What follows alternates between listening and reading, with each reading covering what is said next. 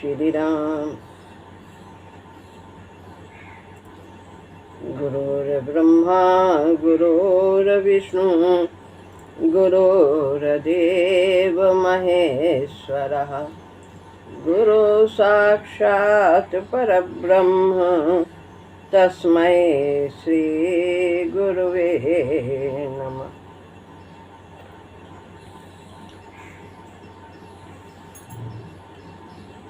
अध्यात्म विकास पुस्तक जो पूज्य गुरुदेव द्वारा रचित है, इसको हम सभी सुन रहे थे। आज इसका 28वां अध्याय है, पुनर्जन्म तथा कर्मवाद। पिछले अध्याय में पुनर्जन्म के बारे में हम लोगों ने जाना कि आनंदमय कोश जिसमें आत्मा का निवास है, वह विच्छिन्न नहीं होती। तो इसलिए वही उस कोश में जो भी संस्कार रह जाते हैं, उन्हीं को क्षीण करने के लिए मनुष्य का पुनर्जन्म होता है। इस स्थूल शरीर अन्नमय से जो भी कार्य किए हैं उसने, आसक्ति अहंकार आदि इन सब से युक्त होकर के, वासनाओं से युक्त होकर के और शरीर छूटता है, तो उसके बाद वो संस्कार प्राणमय में चले जाते हैं। प्राणमय अन्नमय से सूक्ष्म, फिर कुछ समय बाद मनोमय में वे सब संस्कार चले जाते हैं और प्राणमय छोड़ देता है। फिर मनोमय भी छूट जाता है, वो अपने संस्कार विज्ञानमय में देता है और विज्ञानमय के बाद फिर वह आनंदमय में चले जाते हैं, जो स्थायी होते हैं, जिनको क्षीण करने के लिए समयानुकूल उसे इस भौतिक जगत में आना पड़ता है। और विज्ञानमय में जो संस्कार होते हैं, उनमें दूसरे जन्म में बहुत कम परिवर्तन होता है। इस स्तर पर पहुंचा हुआ व्यक्ति पुनः नीचे नहीं जाता है और उन्हीं संस्कारों को, उत्तम संस्कारों को लेकर के ही वो पुनः धरती पर आता है। यद्यपि कुछ शेष रह जाते हैं क्षीण करने के लिए, उन्हीं के कारण उसे स्थूल शरीर धारण करना पड़ता है। और फिर किस प्रकार आना है, अन्नमय जो है वो विज्ञानमय का निर्माण करता है, विज्ञानमय मनोमय को सभी संस्कार देता है, उसका निर्माण करता है। मनोमय प्राणमय का निर्माण करता है, उसमें सब संस्कार देता है पहले के। और फिर नर नारी के संयोग से ये अन्नमय शरीर का निर्माण होता है और उसमें वे सभी संस्कार आ जाते हैं, जिनके कारण व्यक्ति संसार में आकर विभिन्न प्रकार के कर्मों को करता है। अब है पुनर्जन्म तथा कर्मवाद। तो ये जो जन्म होता है, इसका कर्म से क्या लेना देना है पिछले जन्मों के, तो इसको महाराज जी स्पष्ट करते हैं। प्रायः यह सुनने में आता है कि पिछले जन्म की स्मृति का अभाव व्यक्ति पर किया गया घोर अन्याय है। जो हमने जो पिछला जन्म किया है, में किया है कार्य, जिन भावनाओं से, और फिर उन्हें आकर के यहाँ सुख दुख के रूप में, अनुकूलता प्रतिकूलता के रूप में हमें भोगना पड़ता है। सुख आया तो सब बहुत अच्छे, और दुख आया प्रतिकूलता तो फिर उसमें मुश्किल होती है। तो यह जो याद नहीं है कि हमने क्या किया और उसका ये फल है, तो ये भगवान के द्वारा किया हुआ अन्याय है। याद तो रहना चाहिए, कम से कम लोगों के मन में ऐसे विचार आते हैं कि हमने क्या किया था, उसका ये फल है, ऐसा सोचते हैं। तो याद हमें रहना चाहिए किस कर्म का दंड हमें क्या मिल रहा है। तो ऐसा सोचते हैं लोग। पिछले जन्म का यदि व्यक्ति को बोध होता, वो अपनी भूलों को आगे के लिए सुधार लेता, न करता कि भाई ये किया था तो आज इतना दुख आ रहा, अब आगे ऐसा न करे।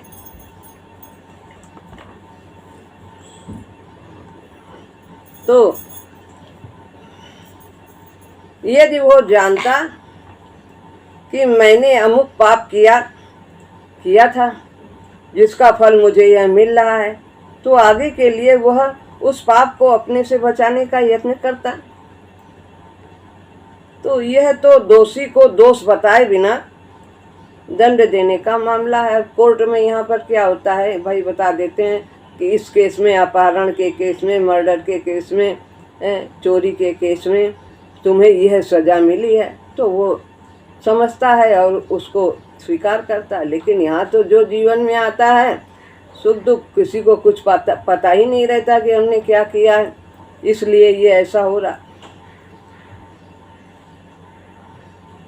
यह तो एक दोषी को दोष बताए बिना दंड देने का मामला है। कोई लोग अधीर होकर बोल उठते हैं कि यह तो या एक दो बातें बोलते हैं, या तो पुनर्जन्म झूठा है और या तो भगवान झूठे हैं। दो बातें उनके मन में आती, पुनर्जन्म कुछ नहीं होता और यह भगवान ही नहीं है, उन्हीं की सत्ता नहीं। हमने यह देख लिया कि व्यक्ति का गत जन्म विषयक बोध लुप्त कैसे होता है। पिछले अध्याय में बताया कि किस प्रकार से संस्कार एक कोष दूसरे कोष को देता हुआ आगे चला जाता है और फिर उसके बाद फिर उसका पुनर्जन्म होता है। उसी प्रकार से क्रम से, विपरीत क्रम से जैसे गया है वैसे ही वो वापस आता है।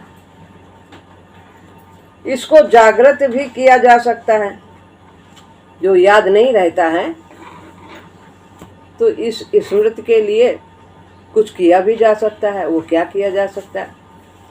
इसको जागृत भी किया जा सकता है, इसमें संदेह नहीं है। समाधि ज्ञान में जो पहुंच जाता है उसे याद रहता है, वो जान जाता है हमने क्या क्या किया है। अनेक घटनाएं ऐसी हैं जिनके बारे में शास्त्रों में चर्चा है। इस ज्ञान के लुप्त होने का प्रभाव क्या होता है ये हमें देखना होगा। तो जो ये याद नहीं रहती तो इसका क्या प्रभाव पड़ता है ये बता रहे हैं। एकदम नए दृष्टिकोण के अनुभव प्राप्त करना तभी संभव है जब व्यक्ति पूर्व ज्ञान को खो दे। अब स्लेट जो है उसमें लिखा हुआ है और फिर उसको बिगाड़ो ना ठीक से, फिर उस पर लिखो तो वो उतना अच्छा नहीं उसमें बैठता, दिखाई देता। तो इसलिए नवीन ज्ञान को प्राप्त करने के लिए यह स्मृति गड़बड़ा जाना, भूल जाना यह आवश्यक है ताकि वो नए अनुभवों को सीख सके। और फिर बाद में तो सबका आंदोलन करके, मिलाप करके फिर नया शरीर, फिर वर्तमान मिलता है जब वो छूट जाता है ये शरीर। तो अन्यथा पुरातन अनुभव तथा दृष्टिकोण हमेशा पीछा करते रहेंगे। बार बार उधर की याद आएगी कि हम तो कला में निपुण थे, अब संगीत में आ गए तो वो कैसे दूसरी विद्या सीखेगा। तो दोनों की खिचड़ी बन जाएगी, ठीक से वो अनुभव नहीं कर पाएगा। तो अन्यथा पुरातन अनुभव तथा दृष्टिकोण हमेशा पीछा करेंगे। हम पहले क्या थे, आज यहाँ पे हैं, अमीर थे गरीब हैं, गरीब थे अमीर हैं, क्या क्या कुछ कहाँ कहाँ की सोचेगा, कैसे वो जीवन बिता पाएगा।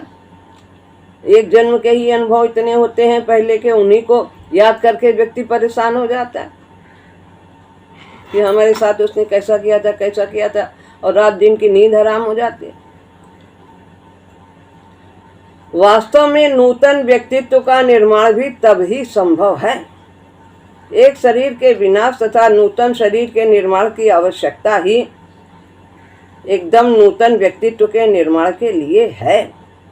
पिछला भूल जाना और नया को स्थापित करना, इसके लिए पुरानी विस्मृति आवश्यक है। यदि उसी व्यक्तित्व को बनाए रखने से काम चल सकता तो केवल मात्र स्थूल शरीर को अति चिरस्थायी बना देने से यह संभव हो सकता था। यदि वही शरीर से काम चलता तो उसको और लंबा जीवन मिल जाता। तो सभी के जीवन की आयु अलग अलग है। पहले भी लोग कितने कितने वर्ष जीते रहते थे। पशुओं की, वृक्ष की, सबकी अब आयु अलग अलग है। तो जैसे उनकी बड़ी बड़ी है ऐसे मनुष्य की भी और बड़ी कर दी जाती, उसी शरीर में कर दिया। लेकिन नहीं, यह उचित न होता। तो जितने हमारे लेने देने होते हैं एक जन्म के, जितने हमारे प्रारब्ध में डाले जाते हैं क्षीण करने के लिए, उतना हम जब क्षीण कर लेते हैं तो फिर जब दूसरा संयोग बनता है और संचित में जो जमा है, फिर उनको क्षीण करने के लिए दूसरे व्यक्तियों के पास हमें जाना होता है। अभी हम इंडिया में रह रहे हैं, पता नहीं अमेरिका के लोगों से हमारा लेना देना है, तो सब एक ही जन्म में सब कुछ का संभव कैसे हो सकता है।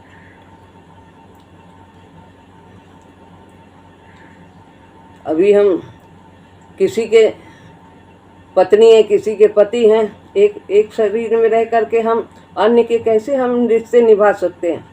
तो इसलिए शरीर का छोड़ना आवश्यक है, विस्मृति का होना भी आवश्यक है।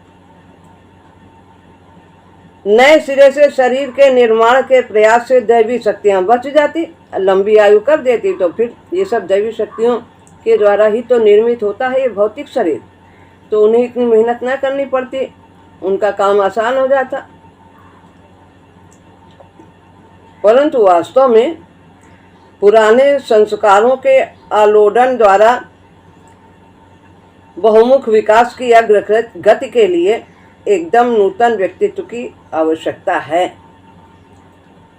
तो ये जो पहले सब संस्कार बनाए हैं, कई जन्मों में हमने बहुत कुछ सीखा, फिर उन सबको मिला करके जो वर्तमान जन्म में सीखा है उनका ये सब मिला करके नया व्यक्तित्व मिलता है, नया शरीर मिलता है।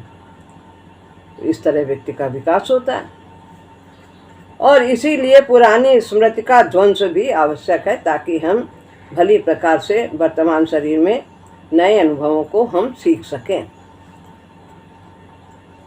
पुनर्जन्म की स्मृति के बने रहने का परिणाम भी बेढप होता है। अगर बनी रहे और उस स्तर पे अभी व्यक्ति पहुंचा नहीं है और स्मृति बनी है तो उसका जीना मुश्किल हो जाता है। वो किसी और का नहीं रहता, ना यहाँ का रहता, ना पहले का रहता, ना जहाँ शरीर मिला है, जिस जगह जिस क्षेत्र में, वहाँ भी भली प्रकार से व्यवहार नहीं निभा सकता। इस वर्तमान जीवन की आसक्तियाँ ही व्यक्ति को व्याकुल किए रहती हैं। मेरा ये, मेरा वो दुखी, ये सुखी, वो सुखी, उसको कैसे हो। कितना ममता का डेरा हमने फैला रखा है, मोह आसक्ति का।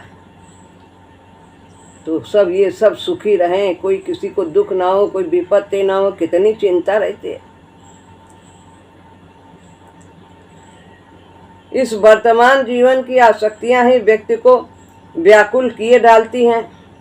यदि इसके साथ पिछले अनेक जन्मों की स्मृतियां भी लग जाएं तो जीवन तो निकम्मा भार ही हो जाएगा, निकम्मा हो जाएगा, बेकार हो जाएगा, कुछ नहीं करेगा, भार स्वरूप उसका जीवन हो जाएगा। क्या करें क्या ना करें, किधर करें क्या नहीं। एक जीवन की जिम्मेदारियां इतनी सर पर ओढ़े रहता है कि उन्हीं को निभाना मुश्किल होता है। सब कुछ सोता हमारे ही ऊपर है, हम ही करने वाले, हम ही करेंगे, जो वही होगा। दूसरी बात स्मृतियों की बताई कि जीवन भार स्वरूप हो जाएगा अगर याद बना रहेगा तो। दूसरे मनुष्य की स्मरण शक्ति इस जीवन के विषय में भी सीमित ही है। कितनी बातें हम भूल जाते हैं, जीवन में कितनी घटनाएं होती हैं, कुछ याद रहती हैं, जाने कितनी भूल जाते हैं, उन्हीं को नहीं याद रख पाते। तो इसमें कितना बोझा लाद देंगे हम। तो जगह तो सीमित है और उसमें हम सब कूड़ा करकट सब भरे रहेंगे। तो फिर जगह तो चाहिए नई स्मृतियों के लिए, नए अनुभव को सीखने के लिए, याददाश्त करने के लिए, कुछ याद रहे, इसके लिए हमारे पास स्मृति शक्ति भी सीमित है। स्मरण शक्ति का सीमित है। हर चीज़ सीमा में है इस स्थूल जगत में। शरीर की भी सीमाएं हैं अपनी, दृष्टि की सीमा है, बुद्धि की सीमा है, हर एक क्षेत्र में सीमा। दूसरे मनुष्य की स्मरण शक्ति इस जीवन के विषय में भी सीमित ही है, पर जीवन, पिछला जीवन विषयक स्मृति तो और भी सीमित होनी स्वाभाविक है। उससे तो और भी सीमित हो जाएगी, जगह ही नहीं बचेगी। सब पहले जन्म के सब भरा है,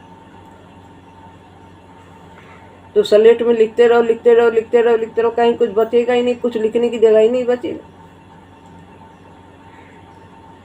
यदि इस शरीर के शैशव के विषय में हमें बोध नहीं, तो पर जीवन का बोध तो असंभव है। बचपन की बहुत सारी बातें हम कितनी भूल जाते हैं। 1, 2 साल, 3 साल के तो कुछ ही याद नहीं रहता, तो फिर और पहले के कैसे याद रहेगी? असंभव। और यह है व्यक्ति के हित में। भगवान ने जो विधान बनाया है सब हितकारी है हमारे लिए। ऐसा होता तो ना होता, ये क्यों हो गया, वो, ये सब कुछ यहाँ सोचने का विषय नहीं है।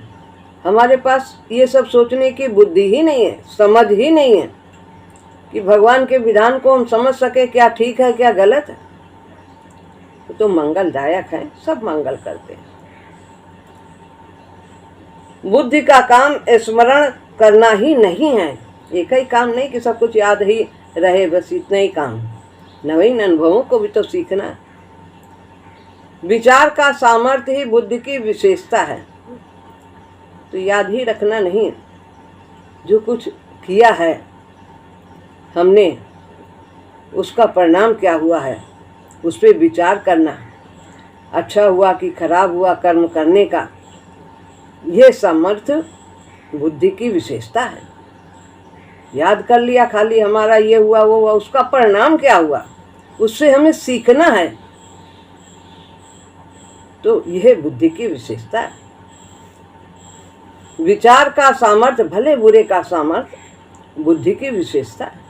खाली स्मरण करना ही नहीं, तो स्मरण से हमें सीखना है। स्मृति के अति स्थायी होने पर विचार सामर्थ्य के विकास में अड़चन होना स्वाभाविक ही है।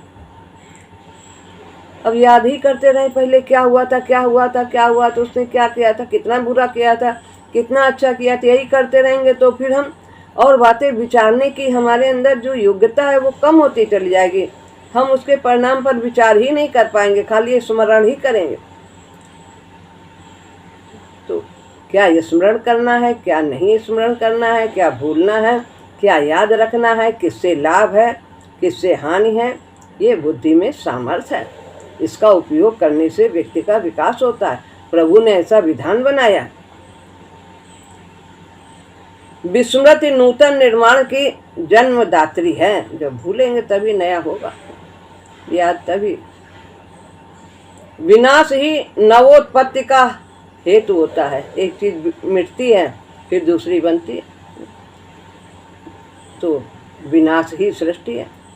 शरीर विनष्ट होता है, फिर उसके बाद नया उत्तम कितना बढ़िया शरीर मिलता है। ये सब खराब हो जाता है, सब वृद्धावस्था को प्राप्त होकर शक्तिहीन हो जाता है, फिर नया शक्ति से संपन्न शरीर मिलता है। तो विनाश ही नवोत्पत्ति का हेतु होता है। विचार में भी पुरातन के ध्वंस के आधार पर ही नूतन निर्माण संभव है। और अगर ये विनाश न हुआ होता, हम मरे ना होते, तो हम जानवर ही बने रहते, पेड़ पौधे ही बने रहते, आज इतना उत्तम शरीर न मिला होता। तो विचार में भी पुरातन के ध्वंस के आधार पर ही नूतन निर्माण संभव है। तो विचार में भी जो हम विचारते हैं, सोचते हैं, तो पहले विचार जो हैं पहले के, जब वो समाप्त होंगे, ध्वंस होंगे, तभी हम नए और विचार सोच पाएंगे। अब छोटा बनाया है, बड़ा ऐसे बनता है, इतना बड़ा बनता है, ऐसे अब यही सोचते रहेंगे, ऐसे ही बनाते रहेंगे, तो फिर जिंदगी भर बड़ा बड़ा बनाते रहेंगे। फिर आगे हम कैसे स्पीड से लिख पाएंगे? हम तो फोटो से ही बनाते हैं, जब फोटो दिखेगी तभी बना पाएंगे। तो ये सब जो है, जब पुराने विचार ध्वंस होते हैं तभी नूतन विचारों का निर्माण संभव होता है। अतः यह मनुष्य के हित के लिए ही है। ये जो विधान बनाया भगवान ने विस्मरण का, स्मृति के, वो हमारे हित में है। कब? एक अवस्था तक। एक अवस्था तक हमें भूलना आवश्यक है। जब हमें बोध हो जाता है, जब हमारी चेतना उच्च स्तर पर पहुंच जाती है, तब ये हमारी स्मृति हमारे लिए हानिकारक नहीं होती है। तब व्यक्ति सब कुछ देखता है और फिर आगे बढ़ता चला जाता है। तब उसे व्याकुलता नहीं होती है कि हाँ इतना कुछ किया था उसने, हमारे साथ ऐसे किया था। नहीं है, हमने ऐसा किया था इसलिए ऐसा है, आगे नहीं होगा। लेकिन अगर पहले से मालूम हो जाए अरे ये हमें भोगना है, तब तो जीवन जीते ही वो मर जाएगा कि इतना कुछ हमारे जीवन में हमको भोगना है। तो इसलिए ये आवश्यक है। अतः यह मनुष्य के हित के लिए ही है। पिछले जन्मों की स्मृति का लोप हो जाता है। हिंदू शास्त्र प्रायः बतलाते हैं कि अमुक पाप का फल अमुक दुख है। लिखते हैं ना, फोटो ऐसे नरक सुख वाली सब बनती थी, और बहुत से शास्त्रों में भी लिखा रहता है। तो उसमें शायद बहुत विष्णु पुराण में भी बहुत कुछ चर्चा इसकी है। हमने तो सुना नहीं, लोग कहते हैं ये सब होता है, लिखा ये लिखा, और थोड़ी बहुत बोलचाल में बताते हैं तो हमें शायद ये लगता है कि विष्णु पुराण में इन बातों का बहुत वर्णन। प्रायः लोग सोचने लगते हैं कि इस जन्म के दुखों तथा सुखों का निर्णय करने वाले हमारे पर जन्मकृत कर्म ही होते हैं। प्रायः लोग यही कहते हैं जैसा पिछले जन्म में किया है इस जन्म में वही भोग रहे हैं, अब इस जन्म में जो करेंगे वो आगे जन्म में भोगेंगे, ऐसा ही कहा जाता है। तो प्रायः लोग सोचते हैं इस जन्म के दुखों तथा सुखों का निर्णय करने वाले हमारे पर माने पहले जन्म के किए हुए कर्म ही होते हैं। 4 वेद 6 शास्त्र में बात लिखी है, 2 सुख दीने सुख होता है, दुख दीने दुख होता है। इसी विचारधारा को प्रमाणित मानकर यह अड़चन पेश आती है कि उस जन्म के पाप को जाने बिना उसके लिए दंड भोगना तो व्यर्थ सा है, और ऐसा दंड देना मूर्खता है, ऐसा भी कह दिया। देने वाला कौन है? भगवान का विधान है, और सब कुछ उनके विधान के अनुसार होता है। तो लोग ऐसा सोचते हैं कि भाई मालूम होना चाहिए तभी दंड मिलना चाहिए, हमने क्या किया है उसका, जो जीवन में जो आज वर्तमान में दुख आ रहा है तो इसको हमको पता होना चाहिए, इस कर्म का ये हमें दंड है। ऐसा लोग सोचते हैं। सोचने वाले सोचते होंगे, सब तरह के लोग हैं। व्यक्ति का जीवन एक प्रवाह है, विकास की धारा है, प्रवाह है, निरंतर बहने वाला है। प्रवाह तो हर समय बहता ही रहता है आगे की ओर। तो व्यक्ति का जीवन एक प्रवाह है। एक नदी में एक स्थल का प्रवाह उससे नीचे वाले स्थल के प्रवाह का निर्णायक होता है।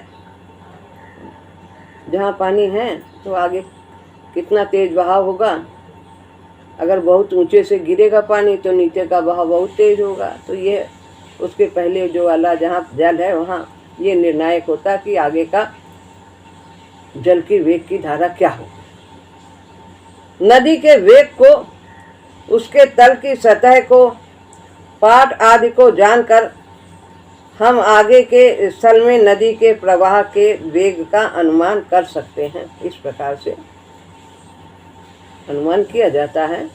तो सब गहराई कितनी है, उसका पाठ कितना है, तट कितनी दूर, आदि आदि सब बातों की जानकारी रखने वाले तो इस प्रकार से उसके प्रवाह का ज्ञान प्राप्त करते हैं, बताते हैं। उस नदी में बहने वाली विशेष प्रबल धाराओं तथा सामने आने वाली अड़चनों को जानकर नदी के भविष्य प्रवाह का विशेष रूप से ज्ञान प्राप्त किया जा सकता है। ठीक यही अवस्था मानुषी जीवन की है। तो नाविक लोग अपना उसी हिसाब से बचा करके नाव ले जाते हैं, किधर गिरेंगे, किधर ज़्यादा गहरा है, किधर भंवर है, धारा किधर तेज है, कैसे जाना है, वो सब उनको अनुभव होता है। ठीक यही अवस्था मानुषी जीवन की है। केवल मात्र इतना अंतर है कि यह प्रवाह चेतन है, जो मनुष्य का प्रवाह है जीवन का, वो चेतन है तथा चुनाव की योग्यता रखता है। भाई नहीं, किस ओर चलना है, क्या करने से दुख मिलेगा, क्या करने से सुख मिलेगा, कैसे काम करने चाहिए, बुद्धि दी है भगवान ने, इसका सदुपयोग करना चाहिए। तो कर्म के चुनने का उसे अधिकार है, एक सीमा तक। कर्मण्येवाधिकारस्ते मां फलेषु कदाचन। कर्म करने का एक सीमा तक अधिकार है। सब कुछ नहीं कर सकता कि हम जो बहुत बड़े हैं, बहुत अमीर, उनकी तरह हम काम कर लें। अपने एक जो भी उसकी क्षमता है उसके अनुसार एक सीमा तक कार्य करने का अधिकार। शरीर का परिवर्तन सभी धाराओं का आलोडन कर उसी में विवेक कर एक नूतन रूप वाले प्रवाह का उद्भव है। तो सभी पिछला जैसा कि बताया, सब का मिश्रण करके एक नवीन शरीर मिलता है जो प्रवाह रूप में है, आगे बढ़ने के लिए है। कुछ प्रवाह धाराएं अभिव्यक्ति के क्षेत्र से हटा ली जाती हैं और कुछ नूतन प्रगति चेतना के द्वारा प्रदान की जाती है। जिन अभिव्यक्तियों की आवश्यकता नहीं होती है, जो हम पहले जन्म में जानवर थे, तरह तरह की क्रियाएं करते थे, उसकी मनुष्य में आवश्यकता नहीं है, तो वे हटा ली जाती हैं और नई चेतना के द्वारा दूसरी अभिव्यक्तियों की शक्ति उन्हें प्रदान की जाती है कि अब बुद्धि दिया है, इंद्रियां दिया हैं, तरह की, उनसे हम दूसरे तरह के कार्य कर सकते हैं। वो क्षमताएं हमें प्रदान की जाती हैं। जैसा शरीर होता है, विकास हमारा होता है, उसी के अनुसार हमारा यंत्र भी हमें प्राप्त होता है। यह व्यक्ति का पुनर्जन्म है। सब कुछ जैसे बताया था कि पूंछ की आवश्यकता नहीं हुई तो पूंछ हट गई, गर्दन ऊंची करने की आवश्यकता हुई तो गर्दन लंबी हो गई। इस नए जीवन के विषय में यह कहा जा सकता है कि व्यक्ति जो कुछ है, जहाँ पर है, वो अपने द्वारा ही प्रेरित शक्तियों का परिणाम है। विकास की सहायिका सत्ताओं ने उसे योग दिया है। तो यही कहा जा सकता है कि जहाँ पर भी है व्यक्ति, वो जो उसे शक्तियाँ प्राप्त हैं, उनसे उसने जो कर्म किया है उसी का वो परिणाम है।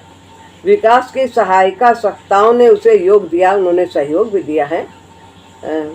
जो भी विकास में सहयोग देने प्रकृति है, वो हमें सहयोग देती है, परंतु इस विषय में निर्णायक वो स्वयं ही हो रहा है और उसका आज तक का अभिव्यक्ति का क्षेत्र का अनुभव जो भी उसने किया है कर्म, और जो कुछ भी उसने अनुभव प्राप्त किया है, यह कहना कि उसके अमुक कर्म का अमुक फल है, यह असंभव ही दिखता है। वास्तव में इस सृष्टि में कुछ भी अलग नहीं है और कर्म के विषय में इस प्रकार से अलग करके चर्चा करनी तो असंभव है। वास्तव में इस सृष्टि में कुछ भी अलग नहीं है और कर्म के विषय में इस प्रकार से अलग करके चर्चा करनी तो संभव है। शास्त्रकारों के वचन इस विषय में किसी भी प्रयोजन को लेकर के हो, परंतु वास्तविकता तो वैसी ही समझ में आती है जैसा कि ऊपर कहा गया है कि वो सब अपने द्वारा ही प्रेरित शक्तियों का परिणाम है। जो कुछ उसने जिस प्रकार से अनुभव प्राप्त किए हैं और कर्म किए हैं, उसी के द्वारा उसे आगे बढ़ाया जाता है। अभी इसमें थोड़ा सा है और वो अब पूरा नहीं हो पाएगा तो बंद हो जाता है। बुरी प्रवृत्तियां व्यक्ति के विकास की बाधिका हैं, इसमें संदेह नहीं, परंतु विकास की स्थिति तक वो सहायिका भी थी, ये हमने देखा है। दुख विकास कारणीय शक्ति में प्रतिरोध से होता है। जो करना चाह रही प्रकृति, हम उसे नहीं करने दे रहे हैं, उसमें अड़चन डाल रहे हैं, हम उसे स्वीकार नहीं कर रहे हैं, वियोग नहीं स्वीकार कर रहे हैं, बीमारी नहीं स्वीकार कर रहे हैं, हानि नहीं स्वीकार कर रहे हैं, मान नहीं, तो फिर ये इसीलिए हमें दुख होता है। परंतु उसका भी स्थान है विकास में और सुख का भी स्थान है। अतः दंड रूप है, पाप का परिणाम ऐसा सोचना ही नादानी है। तो प्रतिरोध से प्रतिक्रिया होती है और प्रतिक्रिया व्यक्ति के विकास की गति को तीव्र करती है। हम प्रतिकूलता को दूर करना चाहते हैं, उसके लिए कुछ करते हैं, तो इससे हमारा विकास होता है। जो एक के लिए पाप है वो दूसरे के लिए पुण्य भी हो सकता है। अतः कर्म के बाह्य स्वरूप से निर्णय करना असंभव है कि एक ने वैसा किया तो वो सही कर रहा है, दूसरा वैसा कर रहा तो गलत कर रहा है, हम वो भी वही गलत कर रहा है। नहीं, एक के लिए वही सही है, दूसरे के लिए वो गलत हो सकता है। जो समझदार है उसके लिए वो गलत है, और जो अभी उस स्तर पर तमोगुणी वो उसी रास्ते से आगे बढ़ेगा। व्यक्ति को क्या करना है इसका निर्णय तो उसे स्वयं अपनी समझ से करना है, पर लोग के ख्याल से नहीं करना है। जो विकास की स्थिति के जिस अनुरूप है उसको उसी के अनुरूप कार्य करना होगा, वही उसके विकास का मार्ग है। चोर अपने अनुभव से सीख रहे हैं, संत अपने अनुभव से सीख रहे हैं। चोर संत की तरह नहीं कर सकता, वो नहीं विकास को प्राप्त करेगा, एकदम से नहीं बदल सकता। तथा अपनी सामाजिक स्थिति के विचार से अपनी बुद्धि के द्वारा तय करना है। इस विषय में बनी बनाई किसी लाल किताब का आश्रय लेने का प्रयत्न ही बुद्धि के विकास को रोक देगा। कर्म का विचार करने में इसी फलवाद की चर्चा ने परलोक को इतना महत्व दिया है। प्रायः यह समझा जाता है कि यहाँ सुख का निर्णय परलोक ही करता है। इस जन्म के कर्म तो अगले जन्म के लिए हैं, ऐसा लोग सोचते हैं। वास्तव में इस प्रकार के कोई खाने प्रकृति में नहीं है कि अभी करो दूसरे जन्म में ही फल मिला, तत्काल भी मिल जाते हैं। इस जन्म के सुख दुख प्रायः हमारी मानसिक, वाणीमय तथा शारीरिक क्रियाओं के नतीजे होते हैं। इस जन्म के सुख दुख हमारी मानसिक, वाणीमय तथा शारीरिक क्रियाओं के नतीजे होते हैं। हम सुखी होते हैं, हमारे मन की सोच है, हम उसे सुख समझते हैं तो हम सुखी हो जाते हैं, दुख समझते हैं। इंद्रियों को सुख मिला तो सुखी, दुख मिला, ये तो सुख दुख मन से होते हैं। और जो ऊंची स्थिति में वो न सुखी होते हैं न दुखी होते हैं, सब भगवान की लीला देखते हैं। हम अपनी मनोवृत्ति के द्वारा प्रायः अपने लिए दुख तथा सुख पैदा करते, जैसी हमारी सोच है। एक छोटी सी बात के लिए कोई बहुत प्राण दिए रहता है, एक बहुत से बड़ी बड़ी बात हो जाती है, उसमें भी वो सम रहता है। तो ये हमारी सोच पर निर्भर है। यदि कहा जाए तो अधिकांश सुख दुख का भार व्यक्ति की इस जन्म की क्रिया पर ही है, तो अतिशयोक्ति न होगी। जैसे वो सोच करता है, जैसा वो काम करता। इसमें संदेह नहीं कि हम जो कुछ हैं, जिस पूंजी के साथ हमने प्रवेश किया था इस संसार में, उसका आधार पुराने कर्मों में ही है पर जो कुछ भी हमने किया है, परंतु उस पर हमारी अपनी आत्मा की चुनाव की छाप है। इसमें संदेह नहीं कि उसी आधार पर हम आगे क्रिया करते हैं, परंतु यह भी सुनिश्चित ही है कि हमें क्रिया करने में एक बहुत हद तक स्वतंत्रता है। हम अच्छे बन सकते हैं और अच्छे से बुरे भी बन सकते हैं। हमें एक स्वतंत्रता है, हम कैसा संग करते, कैसे विचार करते हैं, किस प्रकार से वातावरण में रहते हैं, शास्त्र कैसे पढ़ते हैं, हम अपने को बदल सकते हैं। हम अपनी विचार की गति के द्वारा अपनी पुरानी प्रवृत्ति का परिवर्तन कर सकते हैं।